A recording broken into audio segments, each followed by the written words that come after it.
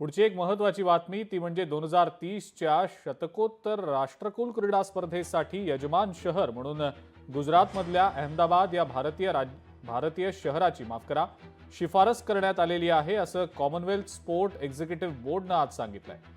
ही माहिती x post करत गुजरातचे मुख्यमंत्री भूपेंद्र पटेल यांनी दिलेली आहे।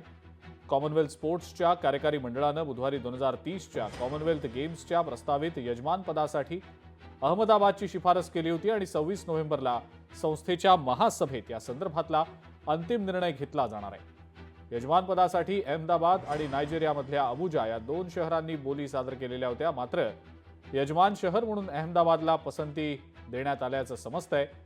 अहमदाबादमध्ये जागतिक दर्जाची स्टेडियम्स असून अत्याधुनिक प्रशिक्षण सुविधा, चांगली क्रीडा संस्कृती असल्याचं कारण यामागे आहे आणि त्यामुळे अहमदाबाद हेच यजमान शहरासाठी आदर्श ठिकाण असल्याचं सांगितलं जात आहे। लोकशाही मराठी ऐका, पहा, जागरूक रहा।